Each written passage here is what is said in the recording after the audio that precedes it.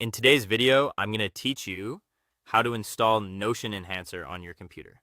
To get started, make sure you already have the Notion desktop app installed because this process is designed to work directly with the desktop version rather than the browser.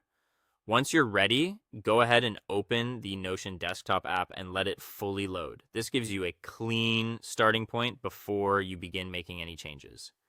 After Notion is open, the next thing you'll want to do is access the Notion Enhancer settings or menu. Depending on how you installed the enhancer, this may appear as a separate settings panel, an added menu option, or a configuration window connected to the app. Take a moment here to look through the available options so you can understand what's been added to your Notion experience. Once you're inside the enhancer settings, begin enabling the features you want to use. This is where you can customize the app to better match your workflow and visual preferences. For example, some features may affect the appearance of the interface, while others may add useful tools or layout improvements. It's usually a good idea to turn on only the options you actually plan to use at first, so it's easier to notice what each feature changes. If you enable your settings and nothing seems to happen right away, don't worry.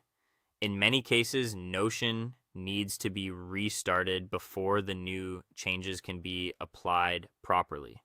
So if the updated features do not appear immediately, close the app completely and then restart Notion. This refresh helps the enhancer load correctly and make sure your selected options are applied. After that, reopen Notion and check whether the enhancer features are active. Look carefully at the interface, tool behavior, or layout changes you expected to see. If everything was installed and configured correctly, the features you enabled should now be visible and working inside the app. Finally, spend a little time adjusting the settings based on your preferred layout and tools. This part is important because the best setup depends on how you personally use Notion.